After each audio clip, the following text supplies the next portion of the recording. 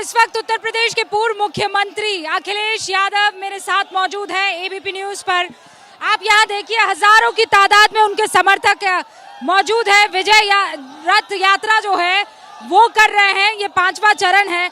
सीधा सवाल मेरा आपसे यही है, आप कह रहे हैं 403 में से 400 सीटें लाएंगे, इतना कॉन्फिडेंस कैसे? ये कॉन्फिडेंस इसलिए आया है कि जिस तरीके से भारतीय जनता पार्टी ने अपना घोषणा पत्र जनता के बीच में रखा था और जब 4.5 साल के बाद पीछे मुड़ के देखते हैं तो किसान की आय दोगुनी नहीं हुई, महंगाई बढ़ गई, बड़े पैमाने पे बेरोजगारी है, कारोबारियों का कारोबार चला गया, आज आमदनी आधी हो गई है, महंगाई दोगुनी हो गई है। इसीलिए यहाँ का जो जन समर्थन दिखाई दे रहा है, जो उत्साह इनके अंदर दिखाई दे रहा है, इससे लग रहा है कि ये सब वो लोग हैं जो भारतीय जनता पार्टी को हटाना चाहते हैं। इनके विधायक गांव में नहीं घुस पा रहे, इनके सांसद जनता ने कूट दिए, कई लोगों के ऊपर काली स्याही फेंक दी गई।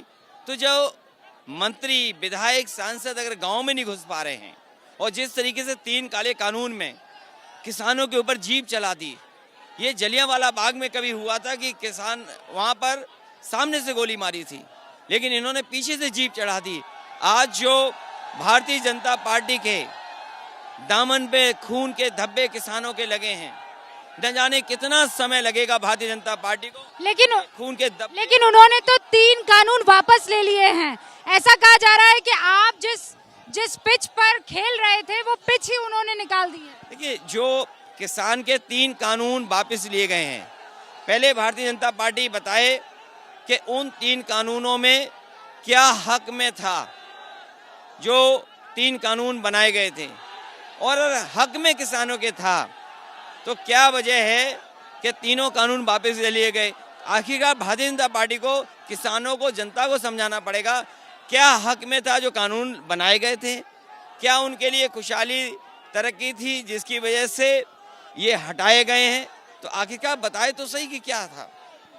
लेकिन वो तो कह रहे हैं विकास और हिंदुत्व ये मुद्दा है जिस पर वो इस बार चुनाव लड़ने वाले हैं, और इन दोनों मुद्दों पर वो कहते हैं आप बैकफुट पर हैं। देखिए, सवाल हिंदुत्व का नहीं है, सवाल रोजी रोटी का है, सवाल नौकरी का है, सवाल खुशहाली का है। उत्तर प्रदेश की जनता खुशहाली चाहती है, तरक्की चाहती है। आज भगवान ऐसा नहीं कि कोई पूछता नहीं है, हर घर में कहीं कैलेंडर है, कहीं पर भगवान को पूजने लगे घर घर में मंदिर हैं, तो भगवान की कमी नहीं है। आज आस्था का सवाल नहीं है, सवाल ये है कि रोजी रोटी मिलेगी कि नहीं मिलेगी। आप उम्मीद करते हैं कि खाली पेट कैसे भजन होंगे, तो लोगों के पेट खाली हैं। कोरोना में किसी न किसी परिवार का एक सदस्य उन्होंने खोया है, किस तरीके से लाशें गंगा में बहती दिखाई दी। हमारा देश दुनिया में अपमानित हो गया। केशव प्रसाद मौर्य कह रहे हैं कि अयोध्या हो गया, काशी हो गया, अब मथुरा की बारी है। ये उस समय भगवान याद आ रहे हैं इन्हें, जिस समय इन्हें अपना काम बताना था। जो लोग काम नहीं गिना पा रहे हैं वो भगवान को याद करते हैं, और जब इंसान तकलीफ, परेशानी, दुख में होता है, संकट में होता है, तब भगवान याद आते हैं। तो ये भगवान इसलिए याद आ रहे हैं क्योंकि जनता रूपी भगवान इस बार लोकतंत्र में इन्हें हटाने जा रही है और साफ करने जा रही है। लेकिन वो आपसे पूछते हैं सवाल, अयोध्या जाएंगे कि नहीं जाएंगे? मैंने कहा कि अयोध्या जाऊंगा, भगवान श्री राम के घर पे भी मंदिर है, वहाँ के भी दर्शन करता हूँ, और जिस समय मंदिर बनकर के तैयार हो जाएगा भगवान श्री राम के मंदिर में भी जाऊंगा मैं, और साथ में दक्षिणा भी दूंगा। ये जो चंदा मांगने की व्यवस्था है ये हिंदू धर्म में नहीं थी। हमारे हिंदू धर्म में दक्षिणा दी जाती है, चंदा नहीं दिया जाता है। ये नई परंपरा की है, और वो भी चंदे में चोरी कर ली इन्होंने। इनको कितना बड़ा पाप लगेगा। जो पुण्य काम था, जो पुण्य काम के लिए जनता ने पैसा दिया था, उस चंदे में भी चोरी हो गई। काशी विश्वनाथ कॉरिडोर का जल्दी जो है प्रधानमंत्री नरेंद्र मोदी उद्घाटन करने वाले हैं। आपको लगता है ये बहुत शानदार काम हुआ है? मुझे खुशी है इस बात की कि जिस रूप में बनना चाहिए था उस रूप में नहीं बन पा रहा। और काशी विश्वनाथ कॉरिडोर भी, वो याद करें बीजेपी के लोग कि समाजवादी सरकार थी तो कैबिनेट डिसीजन उसमें लिया गया था। क्या काशी विश्वनाथ कॉरिडोर को काम करने के लिए, बढ़ाने के लिए समाजवादी सरकार में नहीं फैसला लिया था? ये वो लोग हैं जो काम का और शिलान्यास का शिलान्यास करते हैं, उद्घाटन का उद्घाटन करते हैं। आप ये कह रहे हैं काशी विश्वनाथ कॉरिडोर की जो पूरी रूपरेखा है वो समाजवादी पार्टी ने रखी थी। जिस समय समाजवादी सरकार थी उस समय काशी विश्वनाथ की कॉरिडोर की शुरुआत हुई थी और मुझे अच्छी तरह याद है कि समाजवादी सरकार में उस कॉरिडोर के लिए फैसला लिया गया था, कुछ पैसा भी सैंक्शन हुआ था, कुछ जमीन भी ली गई थी, लेकिन इस रूप में नहीं कि वहाँ की जो हेरिटेज है, वहाँ के जो मंदिर हैं, वहाँ के जो हजारों साल पुराने वट वृक्ष हैं उनको खत्म कर दिया जाए। हमारी हेरिटेज क्या है जो हमें सदियों पुरानी पीढ़ी से आज हमें मिल रही, वो हमारी हेरिटेज है। ये हेरिटेज है हमारी, उस हेरिटेज को ये सरकार खत्म कर रही है। वो ये कह रहे हैं कि चूंकि आप काम पूरे नहीं कर पाए हैं तो आप चूंकि हमने काम पूरे किए हैं आप उसका पूरा का पूरा क्रेडिट लेने की कोशिश कर। काशी और वाराणसी में मैंने मेट्रो दी थी, उसका डीपीआर बन गया था, सैंक्शन होने की स्टेज पे थी, बजट भी था, तो आखिरकार उन्होंने मेट्रो क्यों नहीं बनाई? काशी में मेट्रो क्यों नहीं बनी? अंडरग्राउंड जितनी भी बिजली, मुझे याद है वहाँ के बुजुर्ग विधायक धरने पे बैठे थे, 10 दिन से ज़्यादा भूख हड़ताल पे थे। वो और लालजी टंडन जी जो आज हमारे बीच में नहीं है, उन्होंने कहा था कि काशी को 24 घंटे बिजली दो। मुझे याद है मैंने उन्हें धरने से उठाया और उसी दिन 24 घंटे बिजली दी। क्या समाजवादियों ने काम नहीं किया? ये जो लोग कह रहे हैं कि समाजवादियों ने काम नहीं किए, उन्हें कम से कम ये बताना चाहिए। माँ गंगा की कसम खा के कहा था कि माँ गंगा साफ होंगी। क्या यमुना नदी साफ हो गई? क्या माँ गंगा की सफाई हो गई? या जितनी भी नदियाँ माँ गंगा को जुड़ती हैं, क्या उन नदियों की सफाई हुई है, उस पानी की सफाई हुई है? मुझे ये बताइए कि जिन्ना और गन्ना का जिक्र कर रहे हैं बीजेपी के तमाम नेता, जिन्ना की एंट्री अखिलेश यादव ने करवाई, वो स्लिप ऑफ टंग था या आपने सोच समझ के स्ट्रेटेजिकली वो नाम लिया? देखिए, जहाँ तक गन्ने का सवाल है, भारतीय जनता पार्टी को न केवल बकाया जो किसानों का पैसा है गन्ने का वो देना चाहिए, बल्कि जो उन्होंने वादा किया है कि इस समय उन्हें 340 से लेकर के 350 रुपए भुगतान होगा, लेकिन किसी भी किसान को 340 और 350 की पर्ची नहीं मिल रही है। तो ये धोखा कर रहे हैं किसानों के साथ। जहां तक सवाल आपने कहा कि जिन्ना का शब्द उठाया, कम से कम भारतीय जनता पार्टी को उनके अपने पुराने मंत्री जिन्होंने किताब लिखी है उनके सबसे बुजुर्ग नेता के बारे में और उन नेता ने क्या कहा था जो बुक में है, कम से कम वो पढ़ना चाहिए। जहाँ तक सवाल स्लिप ऑफ टंग नहीं थी, केवल एक चीज़ थी कि कहाँ पर इस संस्था में एक साथ पढ़े थे और कभी कभी एक ही संस्था एक ही जगह रह करके लोग अलग अलग बात कर रहे हैं। मान लीजिए समाजवादी पार्टी आज लोगों को जोड़ने की बात कर रही है, हिंदू मुस्लिम सिख ईसाई सभी धर्म साथ रहें, जातियों का भेदभाव न हो। वहीं भारतीय जनता पार्टी क्या कर रही है? भेदभाव कर रही है, जातियों में झगड़ा करा रही है, धर्मों में फासला पैदा कर रही है। तो एक ही संस्था में रह करके कभी कभी अलग अलग दिशा में लोग चले जाते हैं, लेकिन उसको किस तरीके से लिया भारतीय जनता पार्टी ने? कम से कम भारतीय जनता पार्टी को अपने नेता की लिखी हुई किताब पढ़नी चाहिए और उस नेता के बारे में जरूर पढ़ना चाहिए उन्होंने जिन्ना के बारे में क्या लिखा है। आप ये कह रहे हैं कि जिन्ना की विचारधारा अलग हो गई थी और इन्होंने स्वतंत्रता सेनानियों का काम किया? ठीक बात है, जो मैंने कहा था, अगर पूरा भाषण आप देखेंगे तो कहीं उसमें पाएंगे कि किस तरीके से आज़ादी में किस किस का रोल क्या रहा है। अब मैं ये जानना चाहती हूँ कि सारी छोटी पार्टियों को मिलाकर अखिलेश यादव संदेश क्या देना चाहते हैं?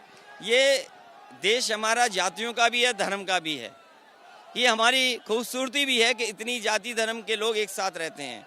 कम से कम समाजवादी लोग अलग अलग रंग जोड़कर एक गुलदस्ता बनाना चाहते हैं। एक गुलदस्ता ऐसा बने जिसमें सब रंग हों। एक रंग वालों से नहीं देश चलेगा, एक रंगी लोग देश नहीं चला सकते। पर इतना बड़ा गार्डन कैसे लाएंगे आप? 403 सीटें देंगे कैसे कैसे, किस किस को? क्योंकि सभी दलों को साथ लाना है। जहां जिसकी सीट जीत सकती है उसको प्राथमिकता पे उसको विचार किया जाएगा। आरएलडी को कितनी सीटें देंगे? आरएलडी का अच्छी सीटें दे रहे हैं और जहां जीत सकते हैं उन सीटों पे जरूर और विचार करेंगे हम लोग। आने वाले समय में 7 तारीख को दोनों मिलकर के रैली भी कर रहे हैं। ओम प्रकाश राजभर ये कह रहे हैं कि एआईएमआईएम के साथ जाएंगे, अखिलेश यादव जाएंगे? देखिए, उस पार्टी से समाजवादी पार्टी की कोई बातचीत नहीं हुई है, न कोई गठबंधन होने जा रहा है उनसे। आम आदमी पार्टी?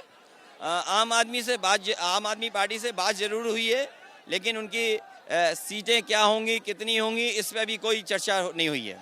प्रियंका गांधी आप पर अटैक कर रही हैं। वो ये कह रही हैं कि समाजवादी पार्टी जब हुआ करती थी तब गुंडा राज हुआ करता था।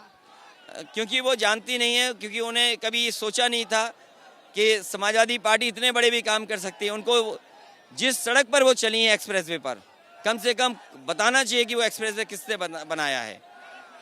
आप उनके साथ गठबंधन करेंगे? समाजवादी पार्टी का कोई गठबंधन नहीं होगा उनके साथ। सारी छोटी पार्टियों से कर रहे हैं। छोटी दल के लोग, उनके लोग उनसे जुड़ना चाहते हैं, उनके समाज के लोग उनको साथ लेकर के बढ़ना चाहते हैं। तमाम ऐसी जातियां हैं जिनको सम्मान नहीं मिला, जिनको न्याय नहीं मिला, उन दलों को, उन जातियों को हम साथ ला रहे हैं। ममता बनर्जी के बारे में अखिलेश यादव की क्या राय है? ममता बनर्जी ये कह रही है उनको मेरा सपोर्ट चाहिए तो उत्तर प्रदेश में मिले। मैं ज़रूर उनसे बात करूंगा और उनसे सहयोग और समर्थन मांगूंगा। ममता बनर्जी अपने आप को नेता के तौर पर प्रोजेक्ट कर रही है एक तीसरे मोर्चे का। अखिलेश यादव क्या कहते हैं? देखिए, जो पॉलिटिकल पार्टीज हैं, बातचीत होगी, और अगर वो नेता बनना चाहती हैं और सभी दल साथ आते हैं तो उसमें स्वाभाविक ही वो नेता होंगी। लेकिन वो समय अभी दूर है जिस समय ये सब बातें होनी है। वो ये कह रही है राहुल गांधी विदेश में रहेंगे तो चुनाव कैसे लड़ेंगे? देखिए, विदेश यात्रा कोई खराब नहीं है और सब विदेश यात्रा जाते हैं। कम से कम विदेश से लोगों को सीखना चाहिए कि सड़क कैसे बनती है, अस्पताल कैसे होते हैं, उनके अपने लोगों को क्या इंतज़ाम कर सकते हैं। दुनिया में तमाम मुल्क न जाने कहाँ पहुँच गए। हमारे आसपास देश की आज़ादी हुई उनकी, लेकिन आज वो अमेरिका जैसे देश से टक्कर ले रहे हैं। मगर पड़ोसी देश है चीन, आज अमेरिका के बराबर खड़ा हो रहा है, उससे आगे वेल्थ में निकल गया। तो घूमना खराब नहीं है, सीखना भी खराब नहीं है। आप कह रहे हैं राहुल गांधी घूमते हैं और सीखते हैं? मुझे उम्मीद है कि जब जाते होंगे तो दुनिया की तरक्की देखते होंगे। उन्हें इस बात का भी अफसोस होता होगा राहुल जी को कि उनकी सरकार इतने दिन रही, क्यों हम अपना देश ऐसा नहीं बना पाए। अच्छा अखिलेश जी, मुझे ये बताइए कि ये जो जनता यहाँ खड़ी है उत्तर प्रदेश की, अखिलेश यादव समाजवादी पार्टी इस जनता को क्या देगी अगर जनता सर आंखों पर बिठाती है? देखिए, समाजवादी पार्टी इनके बीच में पहले भी काम कर चुके हैं। इन्हें आज अच्छी पढ़ाई की ज़रूरत है। आज समय के हिसाब से कोर्सेज हों, समय के हिसाब से ट्रेनिंग हो। आज हर हाथ में मोबाइल है, हर आदमी व्हाट्सएप पर है, क्योंकि वो जान सकता है, समझ सकता है, जानकारी उन तक पहुंची जा सकती है। आज गांव-गांव में लोग मोबाइल से सामान मंगा रहे हैं। आज शहरों में लोग मोबाइल से खाना मंगा ले रहे हैं। आज टेक्नोलॉजी का इस्तेमाल जीवन में, हर एक के जीवन में हो रहा है। तो आज पढ़ाई चाहिए अच्छी, क्या नौकरी दे सकती है वो कोर्सेज चाहिए, अच्छे मेडिकल कॉलेजेस चाहिए, अच्छे अस्पताल चाहिए, अच्छा इंफ्रास्ट्रक्चर चाहिए, और हमारे किसानों को समय पर पानी मिले और उनकी पैदावार अगर तैयार हो जाए उसको कीमत मिले। अगर ये हम कर सकेंगे तो शायद दुनिया में जो हमारे बारे में कहा जाता था, देश के बारे में, कि सोने की चिड़िया होगा, तो अगर ये सब सुविधाएं गरीब को मिल जाएं तो यकीन मैं करता हूं कि हमारा देश भी सोने की चिड़िया कहा जाएगा। लेकिन भारतीय जनता पार्टी ने जरूर सपना दिखाया था सोने की चिड़िया बनाने का, लेकिन सब सरकारी संस्थाएं बेच दी उन्होंने, सब सरकारी कामकाज को ठप कर दिया उन्होंने। देश की बैंकें डूब रही हैं, बड़ी बड़ी संस्थाएं बिक रही हैं, तो उससे उम्मीद नहीं है। लेकिन इन लोगों को, समाजवादियों से उम्मीद है कि समाजवादियों का इन्होंने काम भी देखा है। अब्बा जान चचा जान की एंट्री हुई है। योगी आदित्यनाथ को आप कैसे देखते हैं एक प्रतिद्वंदी के रूप में? देखिए, जहाँ तक मुख्यमंत्री जी का सवाल है, मुख्यमंत्री जी कहने को तो योगी हैं, लेकिन जो परिभाषा मैंने पढ़ी है या जो परिभाषा के बारे में जाना है, योगी वही होता है जो दूसरे का दुख समझे, जो दूसरे की तकलीफ और परेशानी को समझे, अपनी समझे वो परेशानी, वो योगी होता है।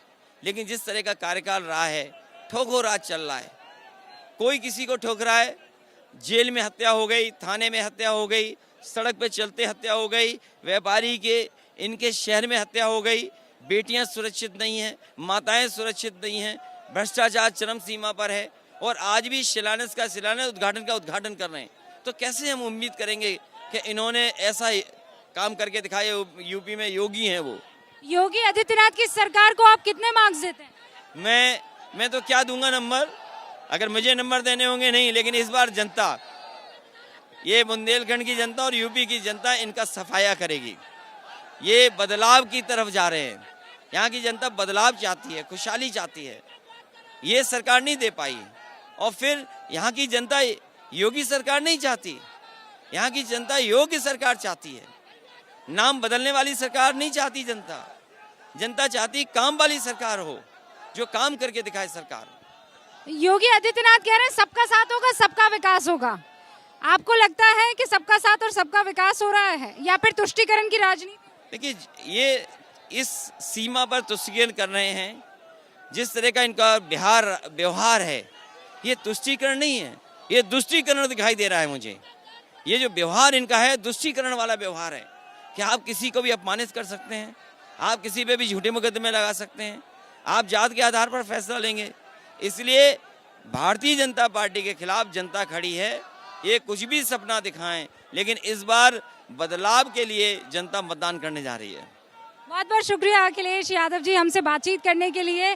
तो आप कितनी सीटें ला रहे हैं, एक बार फिर से पूछना चाहूंगी, क्योंकि शुरुआत 403 में से कितनी सीटें? मैं उस बात को फिर दोहराता हूं कि हो सकता है जनता 400 सीटें भारतीय जनता पार्टी को हरा दे, क्योंकि जिस तरीके से जनता आज सड़कों पर है और अभी तारीख नहीं आई है, तारीख आते ही यही जनता जिसको भारतीय जनता पार्टी ने लाइन में लगाया था, नोटबंदी के समय पर, कोरोना के समय पर, दवाई के लिए, बिस्तर के लिए, इलाज के लिए और अभी खाद के लिए लग रहे हैं, यही लोग लाइन में लग करके भारतीय जनता पार्टी का सफाया करेंगे और हो सकता है 400 सीटें हरा दें। मुलायम सिंह यादव और डिम्पल यादव देखने को मिलेंगे क्या? नहीं, स्वाभाविक है, क्योंकि नेताजी का स्वास्थ्य उतना अच्छा नहीं है और समय समय पर वो आते हैं, और अगर उनका स्वास्थ्य ने साथ दिया तो जरूर वो जनता के बीच में अपील करने आएंगे। डिम्पल यादव चुनाव लड़ेंगे? डिम्पल का अभी मैं नहीं कह सकता हूँ, पार्टी तय करेगी। लेकिन डिम्पल महिलाओं के लिए जो समाजवादियों ने काम किए हैं, चाहे वो 1090 सुरक्षा का रहा हो, चाहे बड़े पैमाने पर लैपटॉप डिस्ट्रीब्यूशन रहा हो, चाहे माताओं बहनों के लिए हमने समाधि पेंशन चलाई हो, और आज महिलाओं के खासकर स्वास्थ्य के सवाल और उनकी शिक्षा के सवाल अगर कोई उठा सकता है तो एक अगर महिला उठाएगी तो उससे ज़्यादा समर्थन मिलेगा। मेरी कोशिश होगी कि डिम्पल भी आएँ और महिलाओं के स्वास्थ्य के सवाल, उनके सुरक्षा के सवाल उठाएं और उनके बीच में जाएं। आप परिवार को ताकत बना रहे हैं और इसी को लेकर योगी आदित्यनाथ पर हमला भी कर रहे हैं कि वो परिवार को नहीं समझते। भारतीय जनता पार्टी को अपना पॉलिटिकल परिवार नहीं दिखाई देता। दिल्ली से लेकर के लखनऊ तक उनके पॉलिटिकल परिवार ही के लोग बैठे हुए हैं और कई जगह बड़ी बड़ी संस्थाओं में बैठ गए और परिवारवाद की वजह से ही अधिकारी अच्छी पोस्टिंग पा रहे हैं। केवल पॉलिटिकल परिवारवाद की बात करें हम, ये बात सही नहीं है। कहीं ना कहीं ये भी करना चाहिए कि भारतीय जनता पार्टी के नेताओं के, उनके करीबी लोगों के रिश्तेदार कहाँ अधिकारी बैठे हुए हैं, क्या ये परिवारवाद नहीं है? और फिर मजदूर पैदल चलते हुए घर पहुंचे हैं अपने। एक गर्भवती माँ पैदल चल करके आई 600-700 किलोमीटर, उसके बेटी पैदा हो गई, कोई सहयोग सरकार ने नहीं किया, फिर वो घर पहुंची है। तो मैं इस बात को इसलिए कहता हूं कि जो लोग परिवार के हैं वो परिवार का दुख समझ सकते हैं, परिवार वाले ही परिवार का दुख समझ सकते हैं। जिनका परिवार नहीं है वो परिवार का दुख कैसे समझेंगे? आखिरी सवाल, आपने प्रधानमंत्री नरेंद्र मोदी पर इस बार अटैक नहीं किए, हमले नहीं किए, आपके रेंज में सिर्फ और सिर्फ मुख्यमंत्री योगी आदित्यनाथ है, इसके पीछे कोई सोच है क्या? नहीं, इसके पीछे कुछ भी नहीं। उत्तर प्रदेश का चुनाव है, जनता बदलाव चाहती है उत्तर प्रदेश में, और क्योंकि उन्हें जिनके बुलडोजर वालों के बुल हैं उनसे खेती बचानी है। जो उत्तर प्रदेश की सरकार है बुल और बुलडोजर से चल रही है। सोचिए, जो सरकार बुलडोजर से चलती हो, कानून से न चलती हो, लोगों को मार दिया गया हो, जान ले ली गई हो, और सबसे ज़्यादा नेशनल ह्यूमन राइट कमीशन के नोटिस मिले हों, सबसे ज़्यादा यहाँ पर कस्टोडियल डेथ हुई हैं, तो कैसे मुख्यमंत्री है? सोचो, इसका जवाब है क्या दिल्ली की सरकार के पास? योगी आदित्यनाथ को पूर्व मुख्यमंत्री अखिलेश यादव क्या एबीपी न्यूज के कैमरे के जरिए मैसेज देना चाहें? मैं ये कहूँगा कि अब समय हो गया है, वो वापस जाएं, दूसरी सरकार बनने दें। उन्होंने विकास को ठप किया है, समाजवादी लोग आएंगे तो विकास की फिर रफ्तार पकड़ेगी और विकास की दिशा में उत्तर प्रदेश को लेके जाएंगे। बहुत बहुत शुक्रिया अखिलेश यादव। अखिलेश यादव इस वक्त आपको दिखाई दे रहे थे, ये पूरा हुजूम आपको दिखाई दे रहा है। अखिलेश यादव ने एबीपी न्यूज से ये कह दिया है एक बार फिर से कि इस बार समाजवादी पार्टी की सरकार आने का रास्ता पूरी तरीके से तैयार इस पार्टी ने कर लिया है। अब जरा देखते हैं जनता क्या मन बनाती है।